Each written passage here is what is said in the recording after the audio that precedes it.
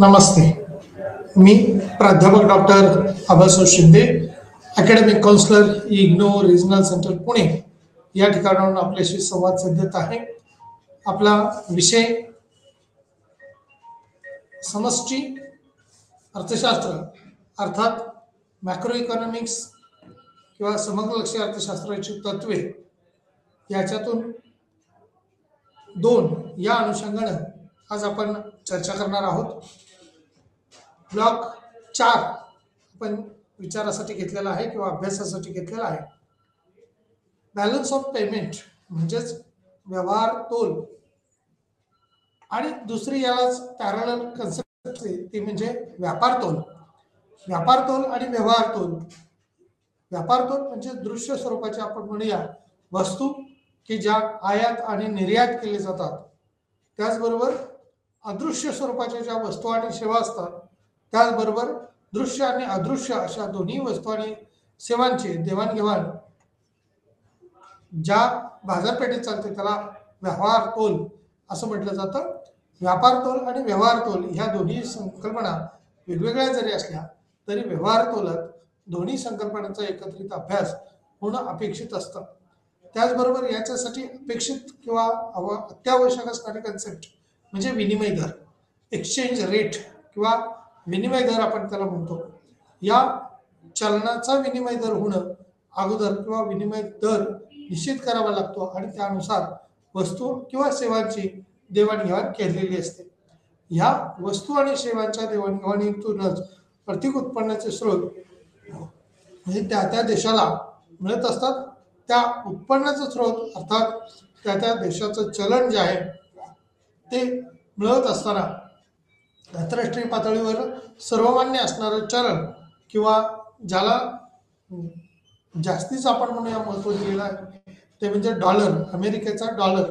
या चलनाच्या स्वरूपात त्या देशाचं म्हणजे भारताचा रुपया आणि अमेरिकेचं डॉलर याच्यामध्ये पहिल्यांदा आपण म्हणूया विनिमय केला जातो आणि नंतर वस्तूंची किंवा सेवांची मग दृश्य असतील अदृश्य असतील यांची देवाणघेवाण होत असते. यालाच व्यवहार तोल असं म्हटलं जातं. देयके शिल्लक किंवा बॅलन्स ऑफ पेमेंट्स ज्या आहेत त्या शिल्केच्या अनुषंगानं व्यवहार तोल आणि व्यापार तोलाच्या अनुषंगानं आपण या टॉपिक 10 मध्ये काही भाग पार्ट 1च्या अनुषंगाने आपण सुरुवातीचा बेस पाहिलेला आहे.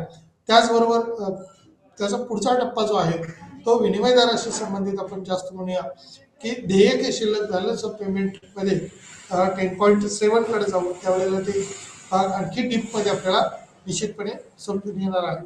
आजच्या या विशेष आपण म्हणूया दिपावलीच्या नंतरच्या भागात जर ज्या वेळेला आपण पाहतो त्यावेळेला सेमिस्टर 1 आणि सेमिस्टर 2च्या अनुषंगाने या प्रिन्सिपल ऑफ मॅक्रो इकॉनॉमिक्स 2 हा समग्र पातळीवरचा अभ्यास अत्यंत महत्त्वाचा विषय आहे.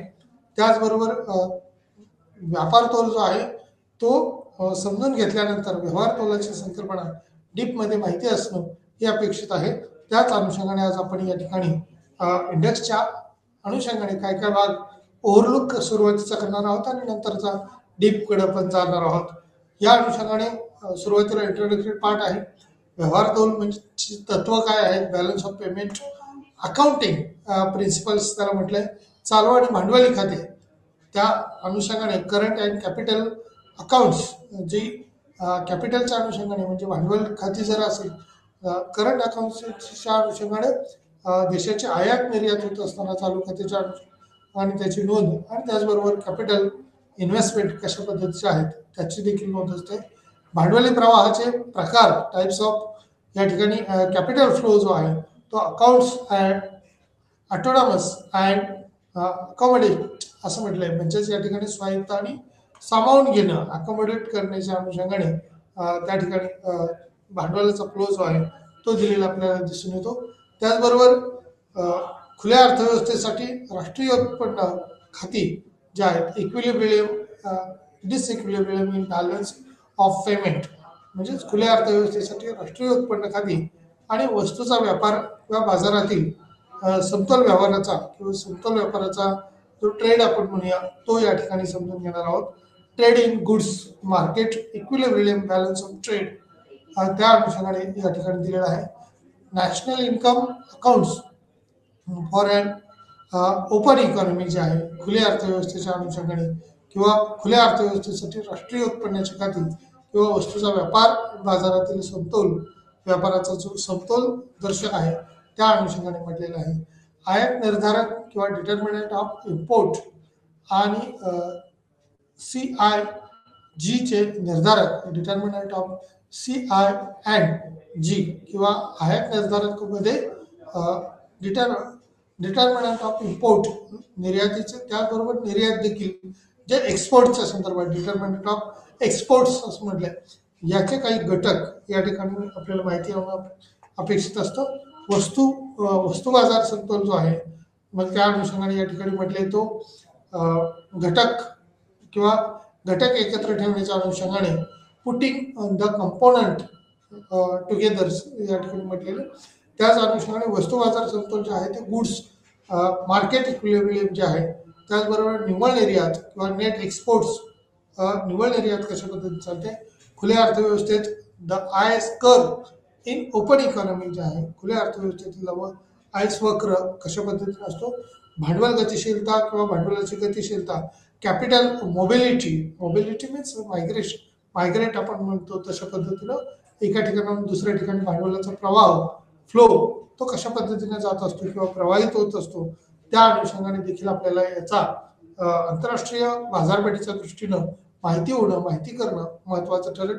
कारण भांडवली प्रवाह हा एका देशाच्या, आपण ज्या वेळेला विकासाच्या वाटेवरती जाण्याचा प्रयत्न करत असतो किंवा भारतीय अर्थव्यवस्था ही मिश्र अर्थव्यवस्था आहे, तशाच पद्धतीनं उदयोन्मुख अर्थव्यवस्था म्हणून सध्या किंवा वेगाने विकास होण्याच्या दृष्टीने विकसनशील अर्थव्यवस्थेत गणना केली जात असताना, विकासाकडे जात असताना मोबिलिटी, कारण कॅपिटल फ्लो जो आहे तो एका ठिकाणी संचित होऊन चालत नाही. संचित झाल्यानंतर त्याला टर्न आपण म्हणूया एका ठिकाणाहून दुसऱ्या ठिकाणापर्यंत पोहोचवणं आणि त्याच्यातून प्रोडक्शन निर्माण करणे किंवा वस्तू आणि सेवा गुड्स अँड सर्व्हिसेस जे आहेत त्या निर्मिती करणं, या अनुषंगाने देखील भाग या ठिकाणी पाहणार आहोत. त्याच अनुषंगाने देयके, आंतरराष्ट्रीय भांडवल प्रवाह आणि व्यापार शिल्लक, international capital flow and the trade balance, तो या ठिकाणी पाहायला मिळणार आहे. The balance of payments and capital flows, तो कशा पद्धतीने आहे किंवा किती प्रमाणात होऊ शकतो. धोरण द्विधा, पॉलिसीज डेलिमेंट्स ज्या आहेत त्या माहिती होतील किंवा धोरणाच्या वेगवेगळ्या आयात निर्यातीच्या संदर्भातील वेगवेगळी धोरणं जी आहेत ते आपल्याला या ठिकाणी पाहायला मिळणार आहेत. त्यांना अर्थात कन्क्लुजनकडे आपण नंतर पोहोचणार आहोत. आजच्या याच्यामध्ये पार्टमध्ये आपण दोन्हीचाही ओघवता आढावा या प्रकरणाच्या अनुषंगाने घेणार आहोत किंवा युनिट 10 मध्ये आपल्याला व्यवहार तोल संकल्पना समजून घ्यावायची आहे. याचे मेन ऑब्जेक्टिव्ह किंवा उद्दिष्ट जे आहेत ते कशा पद्धतीने आहे. खुल्या अर्थव्यवस्थेत व्यवहार तोल हा अकाउंटिंग तत्वाच्या किंवा त्या तत्व जे आहेत ती स्पष्ट करतो किंवा खुली अर्थव्यवस्था म्हणजे काय, त्याच्या अगोदरची जी अर्थव्यवस्था होती ती संरक्षित असेल किंवा बंदिस्त अर्थव्यवस्थेकडे आपण पाहत होतो. भारतामध्ये अनेक दृष्टीनं बंधनं व्यापाराच्या दृष्टीनं होती, कारण आपण म्हणूया स्वातंत्र्यानंतरची अर्थव्यवस्था जर पाहिली तर आंतरराष्ट्रीय व्यापारासाठी तेवढी सुस्थिती सुरुवातीच्या टप्प्यात नव्हती, परंतु नंतर आपण 1901 पॉलिसी ज्या वेळेला बघतो, मनमोहन सिंग अर्थमंत्री असतानाच पॉलिसी आपण ज्यावेळेला बघतो, त्या वेळेला खुल्या अर्थव्यवस्थेच्या दृष्टीनं वेगवेगळी धोरणं ही राबवली गेली. खाजगीकरणाचं धोरण असेल, उदारीकरणाचे धोरण असेल, या तिन्ही धोरणातून म्हणजेच प्रायव्हेटायझेशन असेल, ग्लोबलायझेशन असेल, लिबरलायझेशन असेल, या धोरणातून आपल्याला आर्थिक दृष्टीनं एक स्वायत्तता देण्याचं काम या खाऊजा नावाच्या धोरणाने केलेलं आपल्याला दिसून येतं. याच्या संदर्भातली आपल्याला माहिती मिळणार आहे. त्याचबरोबर व्यापारामध्ये शिल्लक असते किंवा तूट असते किंवा समतोल अंदाजपत्रक येऊ शकतं, त्या अनुषंगाने किंवा व्यापार हा जास्त फायदेशीर असतो का, तर व्यापाराची तूट ही कशा पद्धतीने आहे आणि ती व्यापाराची तूट कशा पद्धतीने भरून काढता येईल त्या दृष्टीने देखील माहिती मिळणार आहे. अधिशेष याचे परिणाम ओळखा किंवा त्या अनुषंगाने माहिती दिली आहे. भांडवल प्रवाह BOP किंवा समतोल कसे सुलभ करता येऊ शकते ते स्पष्ट करण्याच्या अनुषंगाने दिलेलं आहे. जेव्हा निव्वळ निर्यात होते तेव्हा वस्तूच्या बाजारपेठेत समतोल कसा निर्माण होतो हे स्पष्ट करता येईल. त्याचबरोबर देशांतर्गत मागणी माहिती होईल, त्या अनुषंगाने देशातल्या देशात सुद्धा किती प्रमाणात आयात आणि निर्यात केली जाते किंवा आयात निर्यात कशी कव्हर करता येईल या दृष्टीने देखील आपल्याला माहिती घेणं या प्रकरणाच्या अनुषंगाने या 10 नंबरच्या युनिटच्या अनुषंगाने महत्त्वाचं ठरणार आहे. इंट्रोडक्टरी पार्टच्या अनुषंगाने बंद अर्थव्यवस्था ही अशी आहे की जी वस्तू आणि सेवा किंवा आयात किंवा निर्यात करत नाही. आयात निर्यातीवर अनेक बंधनं असतात की जेणेकरून आपण म्हणूया की देशातल्या मूलभूत ज्या अन्न वस्त्र निवारा याच्यातल्या संदर्भातल्या ज्या वस्तू आहेत त्याची निर्यात करण्याला तर पूर्णपणे बंदी होती. नंतर या अटी शिथिल करण्यात आल्या आणि काही घटकांची निर्यात ही वाढू लागली.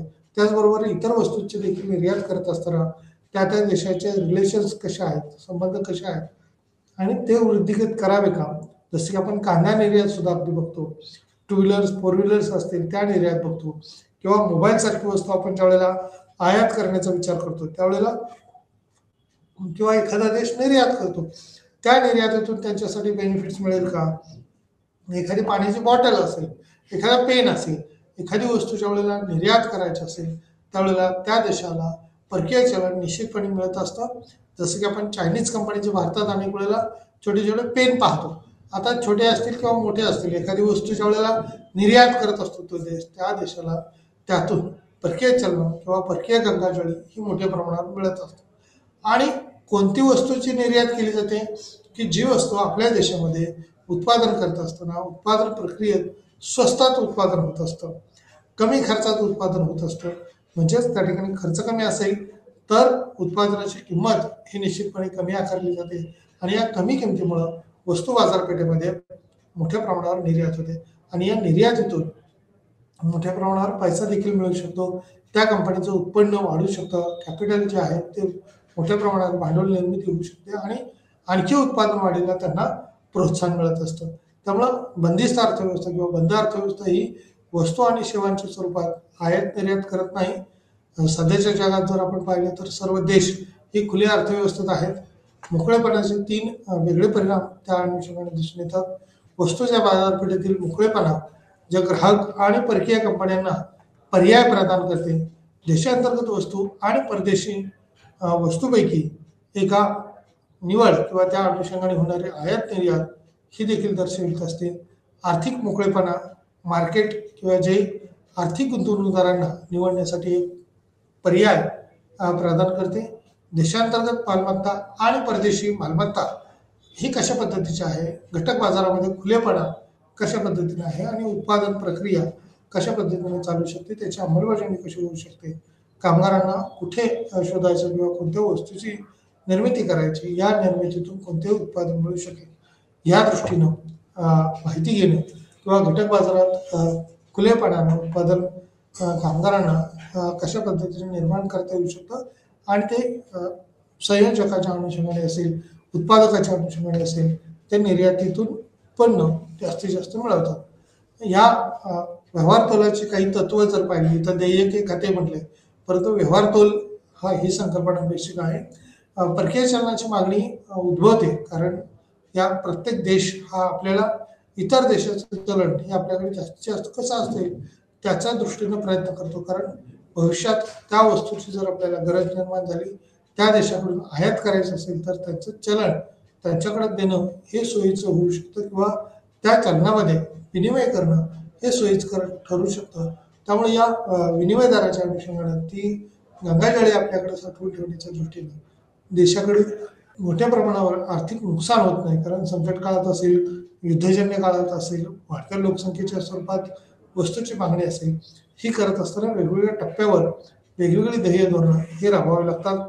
जेव्हा किंवा परदेशी वस्तू खरेदी करण्याच्या अनुषंगाने असेल, विदेशी चलन म्हणजे डॉलर, युरो किंवा एन खरेदी करण्याच्या अनुषंगाने असेल, परदेशाचा पुरवठा हा कुठून होणार किंवा कशा पद्धतीने होणार त्या अनुषंगाने पुढचा प्रश्न त्या अनुषंगाने निर्माण होतो.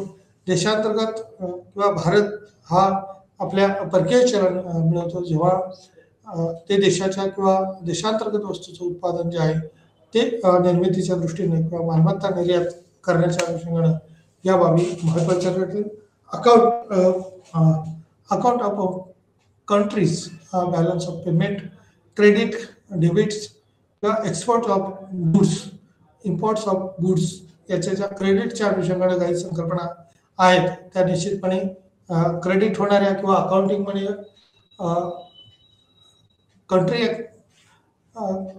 बॅलन्स ऑफ पेमेंटच्या दृष्टीने किंवा व्यवहार तोल्याच्या दृष्टीनं, अकाउंटेबिलिटीच्या दृष्टीनं क्रेडिट किंवा फायदेशीर ठरणाऱ्या एक्सपोर्ट, ज्या वेळेला आपण वस्तूची निर्यात करतो त्यावेळेला आपल्याला फायदा होतो, सेवांची निर्यात करतो त्यावेळेला एक्सपोर्ट ऑफ सर्व्हिस बेनिफिट्स मिळत असतो, आणि रिक्वायर्ड रिसिप्ट्स, मग त्यामध्ये गिफ्ट्स असतील, इंडिपेंडंट एटसेट्रा फ्रॉम फॉरेनर्स, ज्या वेळेला आपण निर्यात करत असतो किंवा त्या वस्तूची वस्तू ज्याच्यामध्ये भेटवस्तू म्हटलेले किंवा इतर वस्तूच्या स्वरूपात देशाला काही मिळालेलं असेल त्यावेळेला सुद्धा, किंवा आपण त्या वस्तू देत असतो त्यावेळेला त्याच्यातून निर्यात ही मोठ्या प्रमाणावर घडून येते. त्याचबरोबर कॅपिटल रिसिप्ट्स ज्या आहे, borrowing from capital, repayment by or sale of assets to foreigners, या अनुषंगानं होणारी आयात आणि निर्यात ही कशा पद्धतीने असू शकते. Import of service, unrequired payment, gifts, independence etcetera to foreigners, capital payment leading to capital repayments to or purchase of assets for foreigners, किंवा त्या अनुषंगाने होणारं रिपेमेंट हे कशा पद्धतीने होऊ शकतं, किती प्रमाणात होऊ शकतं, त्या अनुषंगाने दिलेला भाग आहे. चालू आणि भांडवली खात्याच्या दृष्टीनं BOP मध्ये उभ्या किंवा बांधा वापरा आणि हस्तगत करा, म्हणजे चालू खाता आणि भांडवली खात्याच्या अनुषंगाने याच्यावर दिसणारा अनेक पद्धतीनं वस्तूंची निर्मिती असेल, वस्तूंच्या निर्यात आणि आयातीशी संबंधित या बाबी आहेत. व्यापाराचा समतोल किंवा व्यापाराचा समतोल हा नेहमीच संतुलित असणे आवश्यक नाही. जर देश आयात करण्यापेक्षा जास्त वस्तूंची निर्यात करतो त्यालाच अनुकूल व्यापार तोल असं म्हटलं जातं, कारण ज्या देशाची निर्यात जास्त असेल त्यातून मिळणारं उत्पन्न ही जास्त दिसेल किंवा जास्त फायदेशीर असेल, त्याच्यामुळं अनुकूल व्यापार तोल हा घडून येतो. तुलनात्मकरित्या आयात कमी जर असेल, ज्या वस्तूची उत्पादन खर्च हा तुलनात्मकरित्या जर जास्त असेल तर एखादा देश एखाद्या वस्तूची आयात करतो त्यावेळेला निश्चितपणे त्याच्यातून त्याला फायदा होत असतो, आणि याच आयातीच्या अनुषंगाने वेगवेगळ्या वस्तू ह्या जागतिक बाजारपेठेत येत असतात, आणि त्या आयातीतून वेगवेगळ्या वस्तूंच्या उपलब्धीमुळं त्या वस्तूची गरज ही पूर्णत्वाला जात असते. जसे आपण आता म्हणालो की वस्तू मग वेगवेगळ्या असतील, परंतु एखाद्या देशात एखाद्या वस्तूचं उत्पादन करणं हे स्वस्तात शक्य असतं कधी, ज्या वेळेला त्याचा उत्पादन खर्च कमी असतो. भूमी, श्रम, भांडवल आणि संयोजक हे घटक जर त्याला कमी खर्चामध्ये उपलब्ध झाले तर त्या अनुषंगाने वस्तूच्या उत्पादनाची आणि मशिनरीज असतील, टेक्नॉलॉजी त्याच्या सहाय्याने जर उत्पादन मोठ्या प्रमाणावर होत असेल तर या उत्पादनातून मोठ्या प्रमाणावर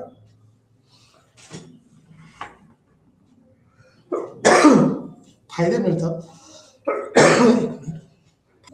संतुलित व्यापाराच्या दृष्टीने ज्यावेळेला आपण विचार करतो त्यावेळेला व्यापार जेवढी निर्यात झालेली आहे तेवढीच आयात होणं अपेक्षित असते, म्हणजे चालू खाते आणि भांडवली खात्याच्या अनुषंगाने सुद्धा समतोल दाखवणं सोपं जातं.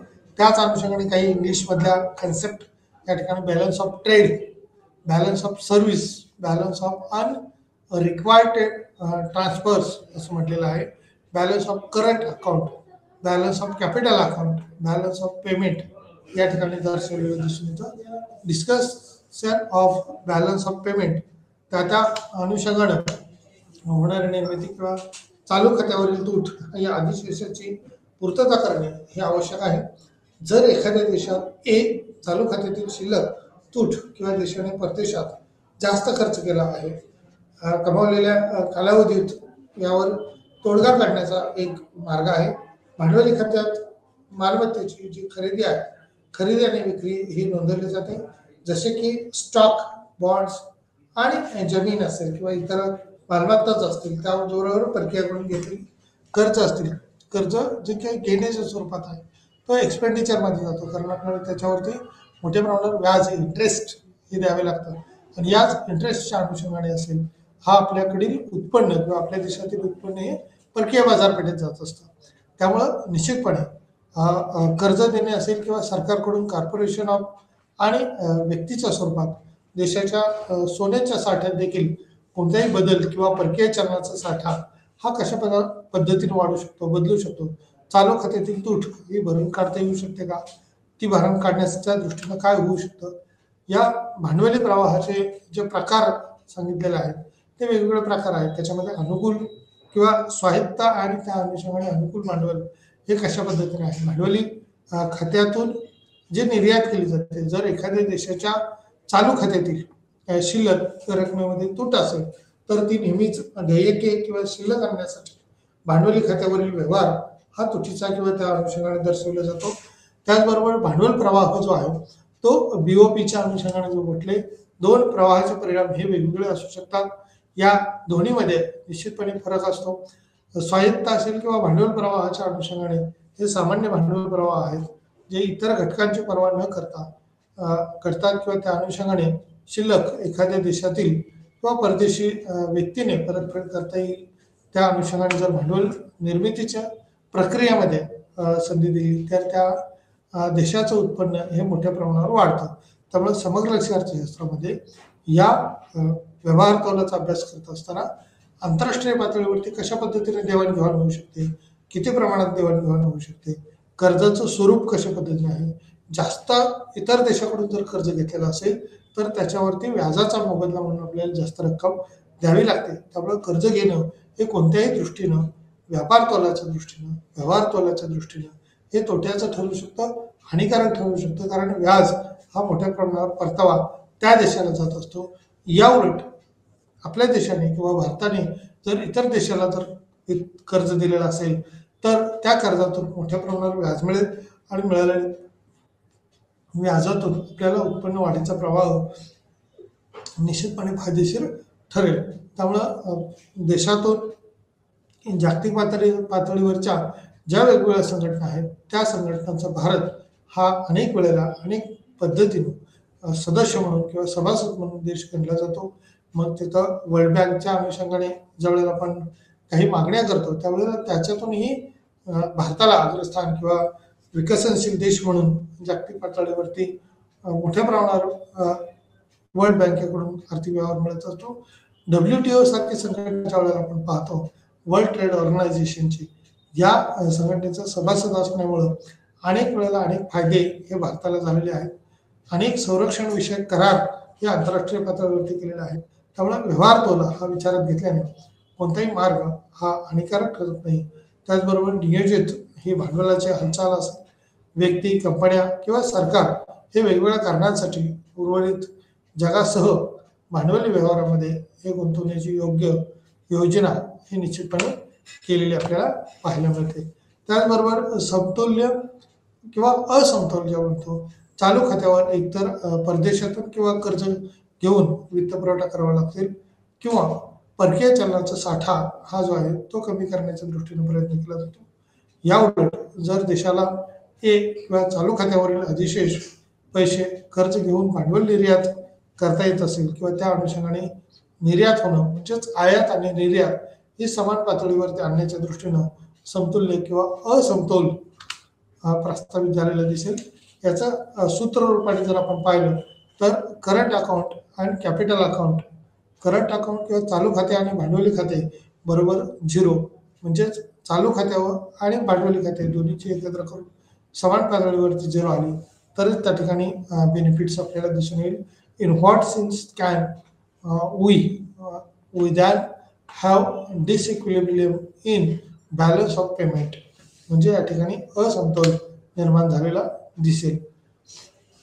या अनुषंगाने राष्ट्रीय उत्पन्नाची जी खाती त्या यामध्ये दर्शवलेली आहेत त्यामध्ये उपभोगाच्या स्वरूपाचं उपभोग आहे, गुंतवणूक आहे आणि सरकारी खरेदी आहे. म्हणजेच C+I+G म्हणजे उपभोग आहे, गुंतवणूक आहे आणि सरकारी खरेदी आहे. खुल्या अर्थव्यवस्थेत काही उत्पादन हे देशांतर्गत विकले जाते, त्याच अनुषंगाने काही निर्यात ही देखील केली जाते. आउटपुट वरील खर्चाची विभागणी हे आपण करू शकतो किंवा त्या अनुषंगाने CD किंवा घरगुती वस्तू असतील, सेवा असतील त्याचा वापर कशा पद्धतीने करता येईल. याच बरोबर देशांतर्गत वस्तू आणि सेवामध्ये गुंतवणूक कशा पद्धतीने वाढू शकते, GD किंवा सरकारी खरेदी, घरगुती वस्तू आणि सेवांच्या अनुषंगाने देशांतर्गत वस्तू आणि सेवांची निर्यात ही देखील त्या ठिकाणी विचारात घेतली जाणं अपेक्षित असतं. याच परदेशी किंवा परकीय वस्तूच्या अनुषंगाने एफ म्हटलेलं आहे किंवा परदेशासाठी अनुक्रमे सबस्क्रिप्ट केलेले भाग दिसून येतो.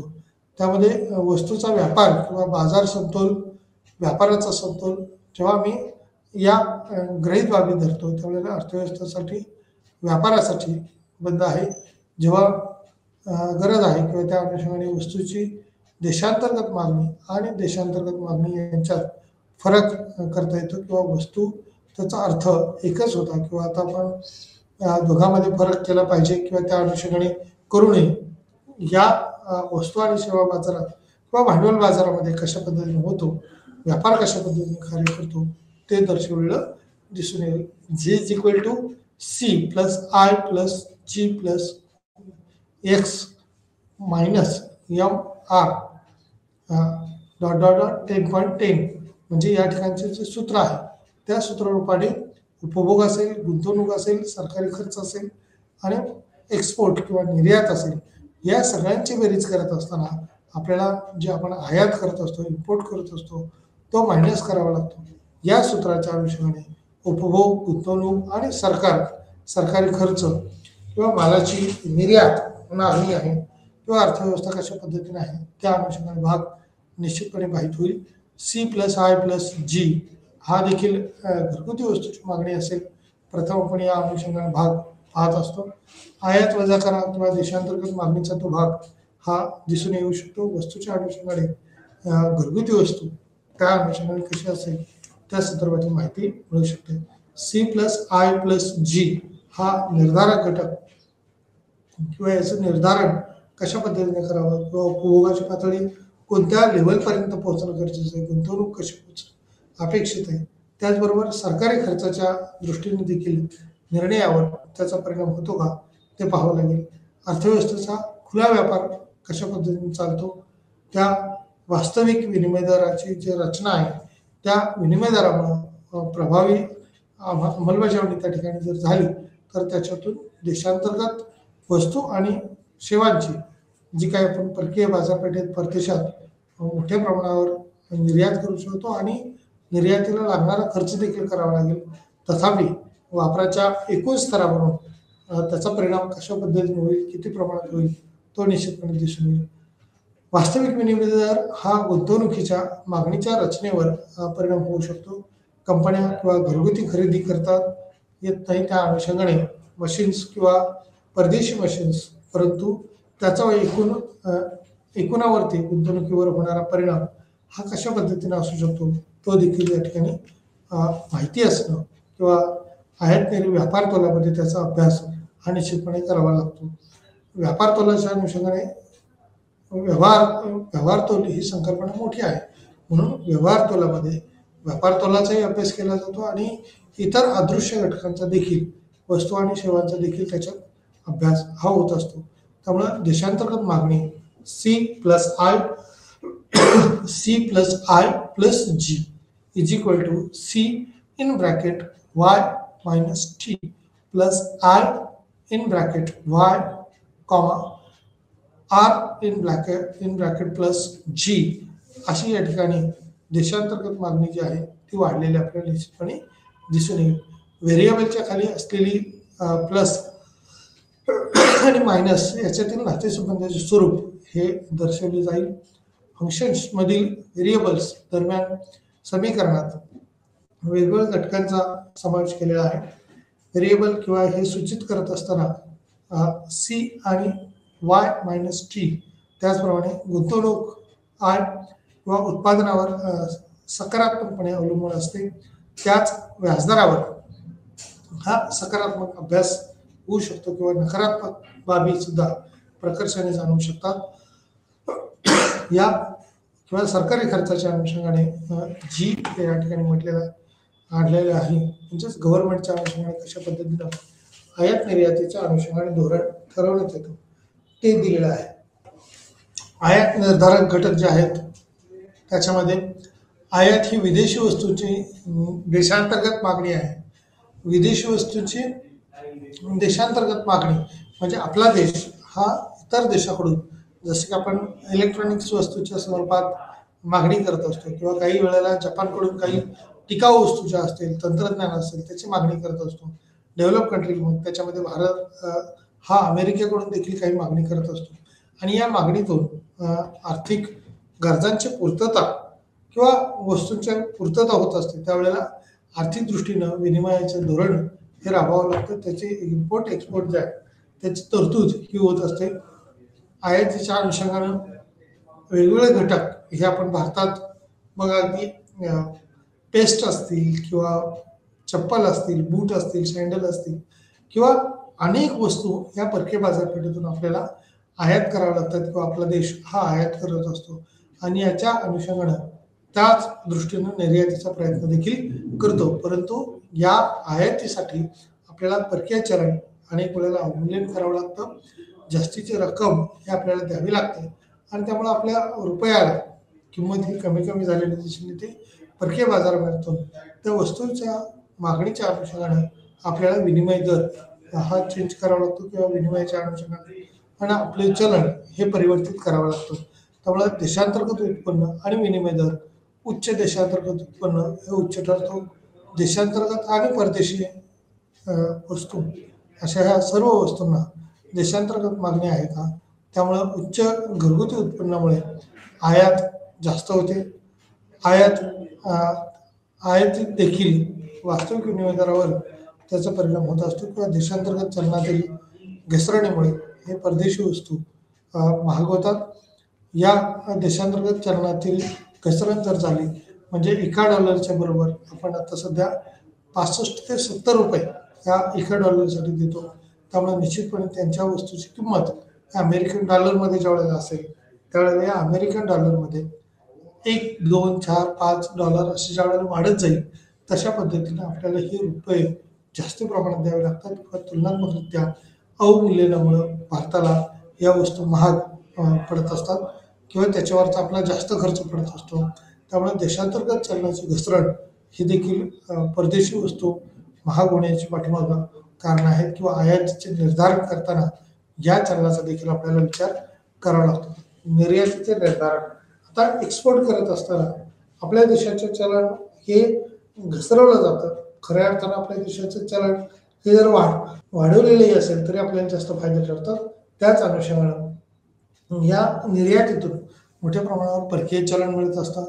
निर्यातीत परदेशातील उत्पन्न किंवा उत्पन्नावर अवलंबून असणारे अनेक घटक हे आपण पाहत असतो आणि परकीय बाजारपेठेत किंवा आपण कोणतेही उत्पादन तयार केल्यानंतर मग ते देशात असो किंवा परदेशात असो आपण विक्रीसाठी उत्पादक हा नेहमी तयार असतो आणि जास्तीत जास्त प्रॉफिट मिळवणं एक्सपोर्टमधून जर जास्त प्रॉफिट मिळत असेल तर जास्त उत्पादक मग अगदी ॲग्रिकल्चर गुड्समध्ये आपण फ्रुट्सचा जर विचार केला तर वेगवेगळ्या प्रकारचे फ्रुट्स असतील मग अगदी ग्रेप असेल मँगो असेल किंवा इतर बनाना देखील असतील याचे एक्सपोर्ट ॲपल असेल मोठ्या प्रमाणावर तो एक्सपोर्ट करण्याचा प्रयत्न केला जातो आणि त्यातून परकीय गंगाजळ ही जास्त प्रमाणात मिळवले जाते. मोठ्या प्रमाणावर मिळालेलं उत्पन्न या अनेक दृष्टीनं फायदेशीर ठरत असतं. त्यामुळे उत्पन्नावर अनेक घटक हे फायदेशीर ठरताना किंवा अनेक बाबी या उपयुक्त ठरत असताना उच्च परकीय उत्पन्न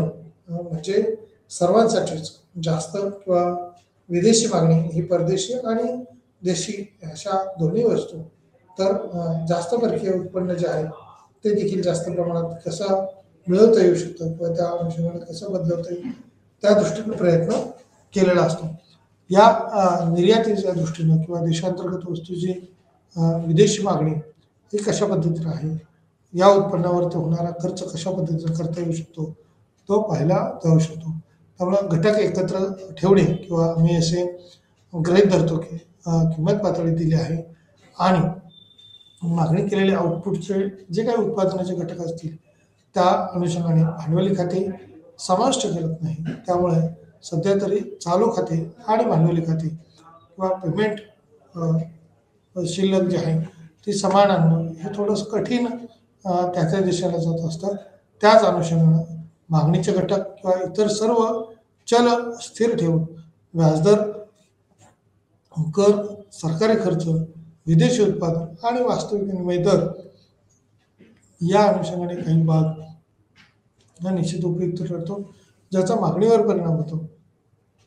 त्याच अनुषंगानं डी डी ही ओळ किंवा देशांतर्गत मागणी C+I+G ही दर्शवलेली असते. आउटपुट म्हणून वाय किंवा आमच्या मानक गृहीतकानुसार त्याचं उतारण किंवा उतार हा दिलेला दिसून येतो. उतार मागणी आणि आउटपुटमधील संबंध हा सकारात्मक आहे. त्याच अनुषंगाने एकपेक्षा तो कमी आहे का, कशा कशा पद्धतीनं किंवा किती प्रमाणात कमी आहे तो दर्शवणं देखील महत्त्वाचं ठरू शकतं. त्याचबरोबर चालू खाते असेल, पेमेंट शिल्लक समान आहेत का, त्या अनुषंगाने किती प्रमाणात आहेत, कशा पद्धतीने आहेत ते दर्शवलेला भाग डायग्रामच्या अनुषंगाने दिसून येतो. डी डी डिमांड वक्र जो आहे म्हणजे मागणीचा या ठिकाणचा वक्र जो आहे तो 0 पेक्षा वरच्या बाजूला, म्हणजे कोणत्याही स्थितीत ही मागणी ही जास्त असू शकते. जेवढं उत्पादन असेल तेवढंच मागणी असेल असं होत नाही. मागणी ही सुरुवातीच्या टप्प्यात जास्त असते, म्हणूनच उत्पादन हे जास्तीनं सुरुवात केलेलं असतं आणि त्याची मागणी ही सुद्धा मोठ्या प्रमाणावर येते. याच मागणीत वाढ होऊन कालांतराने ही स्थिर झालेली असेल कदाचित, परंतु पहिल्या टप्प्यात हा डी डी वक्र जो आहे तो C+I+G या ठिकाणी दर्शवलेला आहे. त्याचबरोबर डोमेस्टिक डिमांड जे आहे, देशांतर्गत मागणी जी आहे ती मोठ्या प्रमाणावर वाढलेली आहे. आउटपुट तशा पद्धतीने मिळत आहे किंवा त्या अनुषंगाने वाढलेलं दिसून येतं. या डिमांड कर्वच्या अनुषंगाने ज्या वेळेला आपण पाहतो त्यावेळेला इम्पोर्ट जर आयात आपली वाढलेली असेल तर तो वक्र खालच्या पातळीला स्थानांतरित झालेला असेल, कारण देशांतर्गत वस्तूची मागणी तुलनात्मकरित्या तेवढी नसल्यामुळं आपल्याला आयात करावी लागते आणि या आयातीतून आपल्याला परकीय चलन हे द्यावं लागतं. वस्तू बाजार समतोल किंवा माल बाजार समतोल आउटपुट समीकरणाची डावी बाजू जी आहे त्या अनुषंगाने देशांतर्गत वस्तूच्या मागणीच्या समान असणे हे आवश्यक आहे. उजवी बाजू किंवा त्या अनुषंगाने होणारी परिवर्तने ही कशा पद्धतीची आहेत, किती प्रमाणात आहेत ती माहिती करून घेणं आणि तत्संबंधी निर्णय घेणं महत्त्वाचं ठरू शकतं. y=c in bracket y minus T त्याच plus I in bracket y r plus g plus x y f किंवा r या अनुषंगाने मायनस m y r आणि r ही समीकरणं दिलेली आहेत. ABCD या बाबीच्या अनुषंगाने स्पष्टीकरण दिलेलं दिसून येतं. यामध्ये उत्पन्नाचा वक्र जो आहे तो किंवा त्या अनुषंगाने असणारा मागणीचा वक्र जो आहे तो कशाप्रमाणे बदलतोय तो YZ अनुषंगाने किंवा ZZ आहे. डिमांड कर्व जो आहे मागणीच्या अनुषंगाने असणारा वक्र तो equilibrium in the goods market वस्तू बाजारामध्ये त्याचा समतोल हा झालेला दिसून येतो. YY उत्पन्न आहे आणि त्या अनुषंगाने असणारा ZZ हा वक्र A या बिंदूत समतोल झालेला आपल्याला दिसून येतोय. त्यामध्ये निव्वळ निर्यात किंवा एक्सपोर्टच्या अनुषंगाने निव्वळ निर्यातीमध्ये निर्यात आणि आयात या x मायनस m मधील फरकाला काही निव्वळ निर्यात असं म्हटलं जातं किंवा निव्वळ निर्यातीतून काही बाबी ह्या सुस्पष्ट होतात. व्यापार शिल्लक जर निर्यात आयातीपेक्षा जास्त असेल तर देश व्यापार चालवतो असं म्हटलं जातं. अधिशेष जर निर्यात आयातीपेक्षा कमी असेल तर देशाला व्यापार तूट असे म्हटले जाते. निव्वळ निर्यात आणि आयातीपेक्षा जर जास्त निर्यात असेल तर आमच्या उत्पन्नावर त्याचा परिणाम होत असतो. या वाय मध्ये जे आयातदार आहेत किंवा आयातीच्या अनुषंगाने निर्धारक आहेत त्या आयातीमुळं मोठ्या प्रमाणावर खर्च हा त्या देशाला करावा लागतो. परदेशी उत्पन्नावर YF ज्या परक्यांना प्रभावित करते किंवा देशांतर्गत वस्तूची मागणी आणि वास्तविक विनिमय दर या दरावर असणारा स्थिती ही देखील आपल्याला दिसून येईल. NX = XYF R मायनस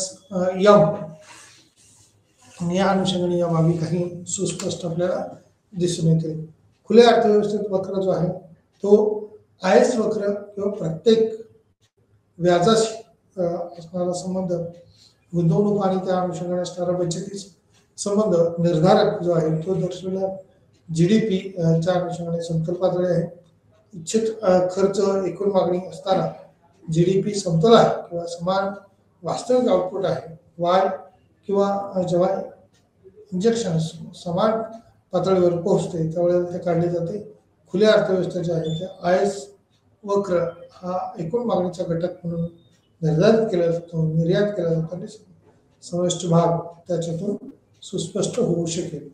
त्याचबरोबर LM वक्र जो आहे तर रेट ऑफ इंटरेस्ट LM वक्राच्या अनुषंगाने R वर्ग किंवा Y आणि IS आउटपुट जे दाखवलेलं आहे ते आकृती 10.3 मध्ये equilibrium in goods and financial market IS आणि LM वक्र जो आहे त्या ठिकाणी फायनान्शियल किंवा गुड मार्केट असतील किंवा फायनान्स मार्केट असेल त्या अनुषंगाने होणारी समतोल पातळी या ठिकाणी दर्शवलेली आहे. कॅपिटल मोबिलिटी जी आहे भांडवलाचं एका ठिकाणाहून दुसऱ्या ठिकाणापर्यंत होणारे संक्रमण स्थानांतरण असेल ते कशा पद्धतीने होऊ शकतं. सर्वात सोप्या किंवा जगामध्ये जर आपण पाहिलं तर ज्यामध्ये विनिमय दर हा कायमचे निश्चित केले जातात, कर त्याच्यावरती जर निश्चित असतील म्हणजे याच्यामध्ये अनसर्टन्टिटी नाही, कुठल्या प्रकारचं त्या ठिकाणी फसवणूक आपण म्हणूया ती होत नाही आहे किंवा अचानक करदरामध्ये बदल होत नाही आहे. अशा देशामध्ये कोणत्याही देश आयात निर्यातीच्या दृष्टीने आपलं धोरण हे निर्धारित करण्याचा प्रयत्न करत असतो. या आयात निर्यातीच्या धोरणातून किती फायदा होईल, कशा पद्धतीने फायदा होईल तो निश्चितपणे त्या देशाच्या इम्पोर्ट एक्सपोर्टवरती अवलंबून असतो आणि ही इम्पोर्ट एक्सपोर्ट जी आहे ती किती प्रमाणात वाढवता येईल, कशा पद्धतीने बदलेल हे आपल्याला जागतिक पातळीची असणारी स्थिती जी आहे त्याच्यावरनं समजून घेऊ शकतात. कर रचना जर सतत बदलली असतील किंवा एखाद्या देशाचं सरकार हे स्थिर स्वरूपाचं जर नसेल तर त्यातून मोठ्या प्रमाणावरती बाबी या घडून येत असतात किंवा त्याच्यातले भाग हे दिसून येतात. या आयात निर्यातीच्या दृष्टीनं कॅपिटल मोबिलिटीमधून सर्वात महत्त्वाचा भाग म्हणजे विनिमय दर कसा आहे आणि तिथले टॅक्स कशा पद्धतीने आहे. त्याचबरोबर इक्विलिटी आपण म्हणूया समानता कशी आहे. मग त्याच्यामध्ये परदेशी मालमत्ता धारकांच्या दृष्टीने असेल किंवा इतरांच्या दृष्टीने असेल हे किती प्रमाणात होऊ शकेल, कशा अनुषंगाने विचार केला जाईल त्या दृष्टीने ती महत्त्वाचं ठरेल. त्यामुळं सर्वत्र समान आणि परदेशी मालमत्ता धारकांना कधीही राजकीय जोखमीचा सामना हे करावा लागत नाही. त्याच अनुषंगाने मी सर्व मालमत्ता धारकांनी सर्वाधिक परतावा देणारी मालमत्ता ही निवडण्याची अपेक्षा आहे किंवा त्या अनुषंगाने जागतिक भांडवली बाजारात ही सर्वत्र बाबी सक्तीच्या किंवा तशा पद्धतीने मालमत्ता कठोर समानतेच्या दृष्टीने विचारात घेतलेल्या असतात. या बाबीत कोणताही देश हा कमी दरात कर्ज घेऊ शकत नाही किंवा कमी दर त्यासाठी वेगळा असेल असं नाही आहे. सध्या परिपूर्ण भांडवल गृहीत धरून गतिशीलता जेव्हा गुंतवणूकदार हे खरेदी करू शकतात किंवा जेव्हा आंतरराष्ट्रीय पातळीवरती अशा स्वरूपाचे ध्येय धोरणं राबवली जातात आणि त्या मालमत्ता ह्या त्वरित कमी व्यवहारावर खर्चासह हे पाठवले जातात किंवा अमर्यादित रक्कम जी आहे ती निर्धारित केली जाते. त्यामुळे मालमत्ताधारक सक्षम असतात आणि सर्वाधिक परतावा देण्याच्या दृष्टीने किंवा सर्वात कमी कर्ज हे खर्चाच्या शोधात निधी सीमा किंवा ओलांडण्याच्या अनुषंगाने सुद्धा विचार केला जातो.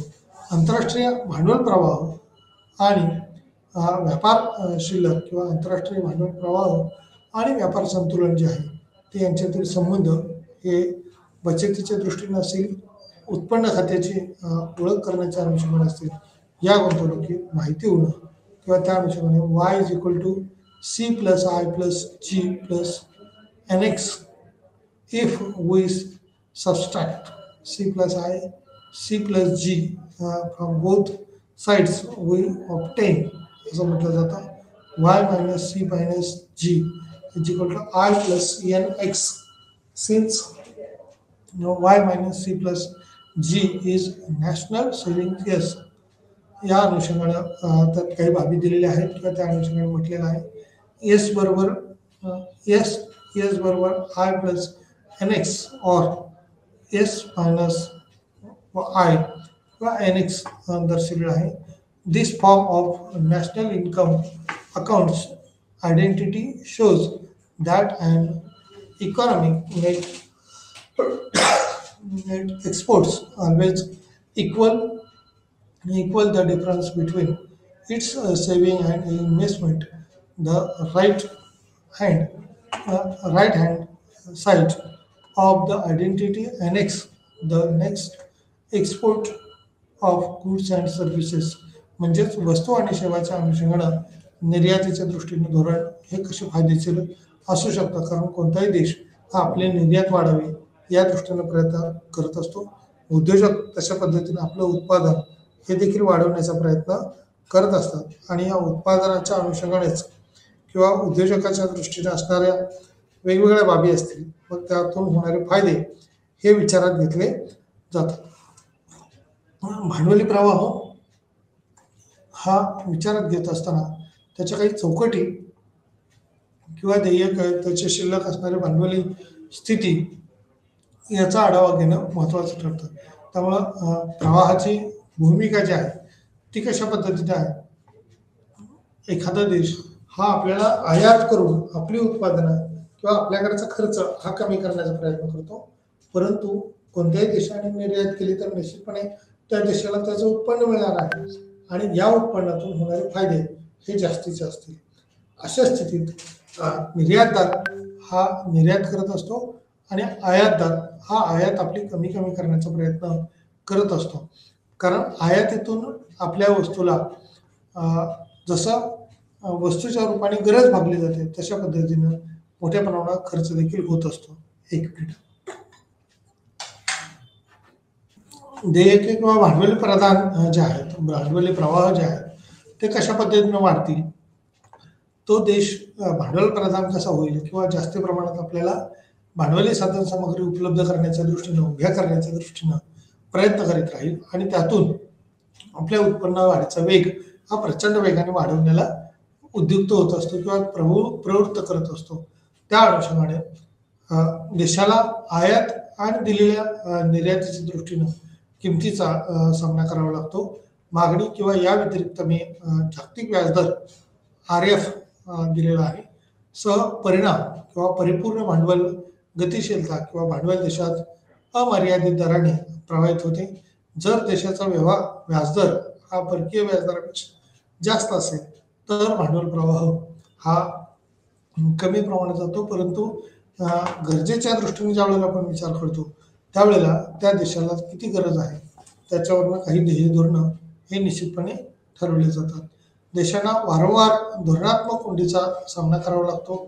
या धोरणात्मक बाबीतूनच ज्यामध्ये व्यवहार करण्यासाठी धोरण ठरवलं जातं किंवा परकीय बाबतीत या ठिकाणच्या काही महत्त्वाच्या पॉईंट्स जर पाहिलं तर एका समस्येने किंवा दुसऱ्याची समस्या कशी सुटू शकेल किंवा ती समस्या बिघडणार तर नाही ना या दृष्टीनं विचार केला जातो. त्यामुळे अंतर्गत संतुलनाच्या दृष्टिकोनामध्ये पेमेंट किंवा शिल्लक व्यवहार तोलाच्या दृष्टीनं पेमेंट शिल्लक किंवा व्यवहार तोल हा कसा समतोल ठेवता येईल त्या दृष्टीनं प्रयत्न केला जातो.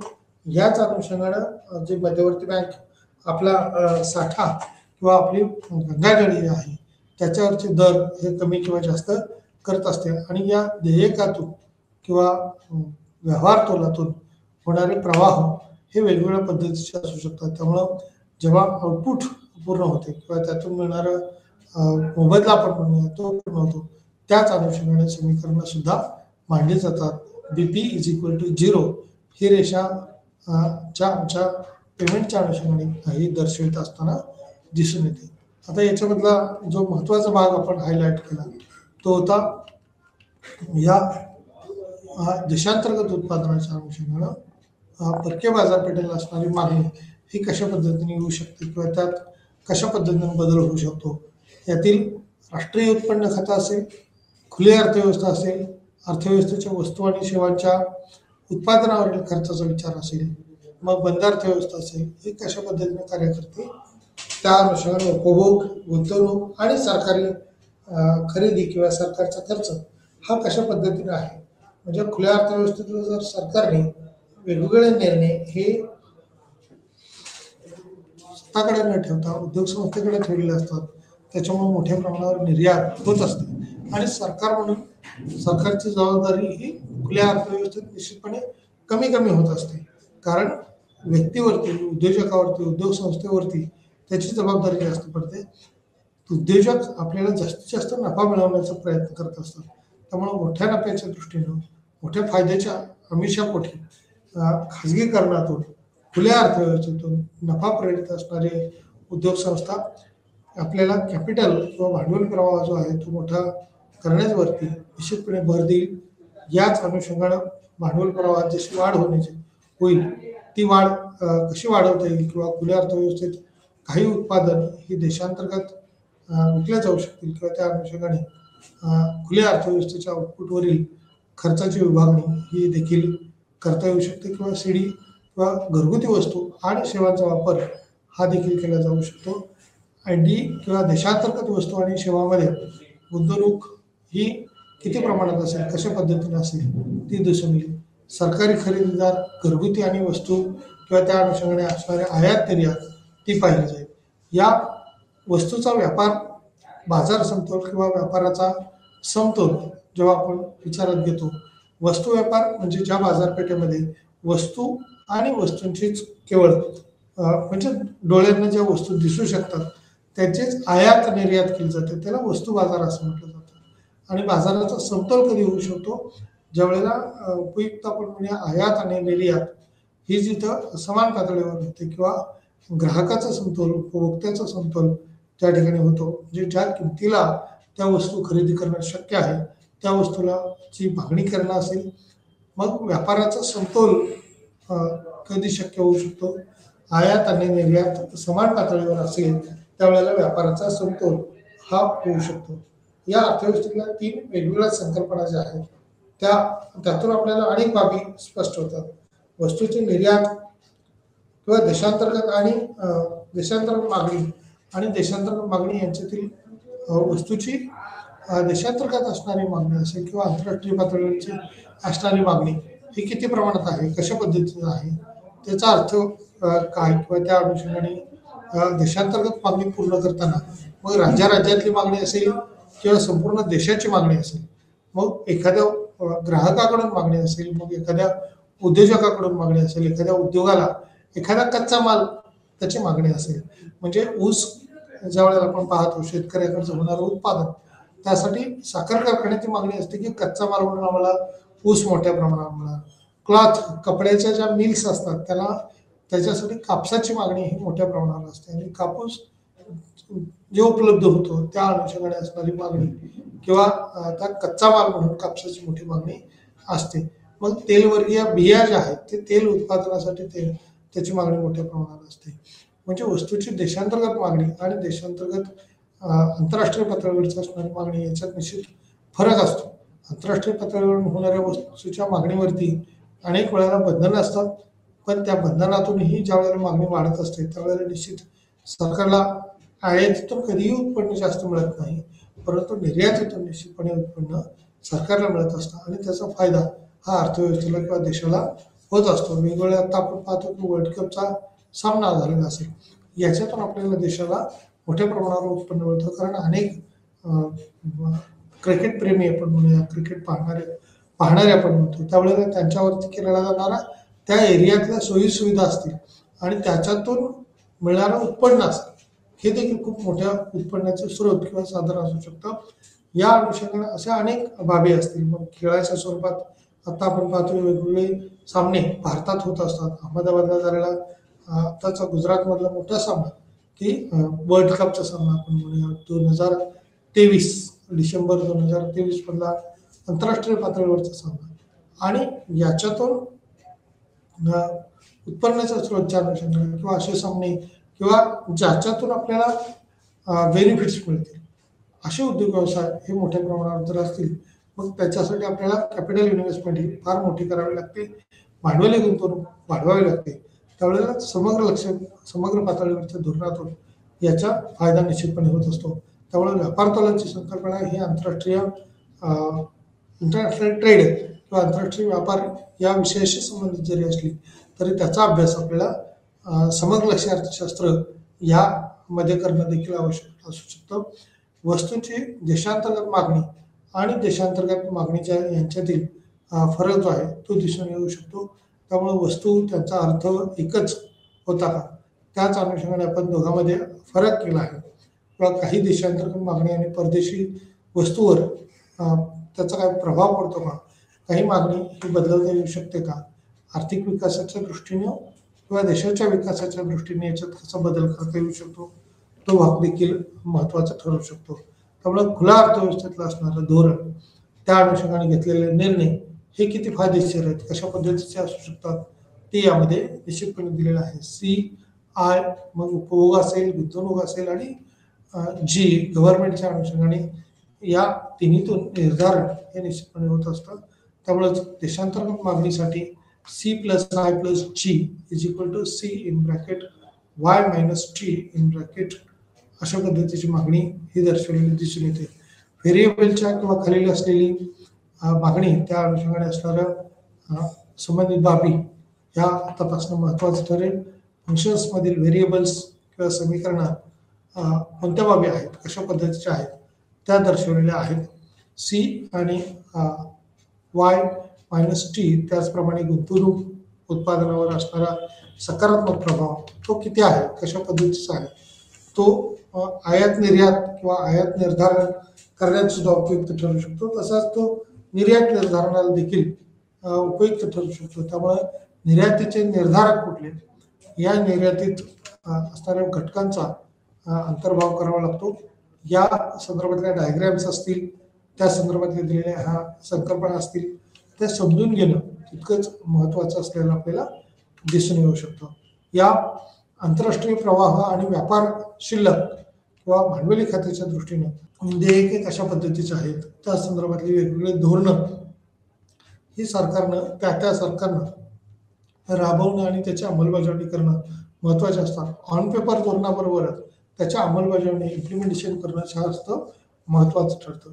त्यामुळं खुल्या अर्थव्यवस्थेतल्या उत्पादन करताना त्यापेक्षा जास्त आता इथं कन्क्लुजन पार्टकडे आपण पाहतोय, सारांशाकडे पाहत असताना उर्वरित जगाकडून कर्ज घेणे हे शक्यतो कोणताही देश असला तर टाळत असतो. परंतु देशांतर्गत ज्यावेळेला कर्ज घेणं किंवा भांडवल उभा करणं शक्य नसतं, त्यावेळेला असं भांडवल आंतरराष्ट्रीय पातळीवर उभा केलं जातं. चालू खात्यात जरी तूट आली तरी ती भरून काढण्याच्या दृष्टीने प्रयत्न करतात. चालू खात्यातील तूट ही 3 प्रकारची असू शकते. एक परदेशात घेतलेलं कर्ज असेल किंवा मालमत्ता विकावे लागणं असेल, परकीय चलन हे कमी प्रमाणात आपल्याकडे उपलब्ध असेल, या परकीय चलनाच्या कमतरतेतून आपल्याला चालू खात्यावर तूट येत असते आणि परकीय भांडवल आपण उभा करण्याचा प्रयत्न हे ते देश हे नेहमी किंवा सातत्याने करत असलेला आपल्याला दिसतो. त्यामुळे परदेशातल्या कर्जाच्या अनुषंगाने कर्ज घेणं असेल, मालमत्ता विकणे असेल किंवा परकीय चलन हे कमी करणे असेल, या दृष्टीनं व्यापार तोल किंवा व्यवहार तोल ही संकल्पना फार महत्त्वाची असल्याचं आपल्याला स्पष्टपणे दिसून येत आहे. आज या ठिकाणी आपण थांबूया. Thank you so much. धन्यवाद.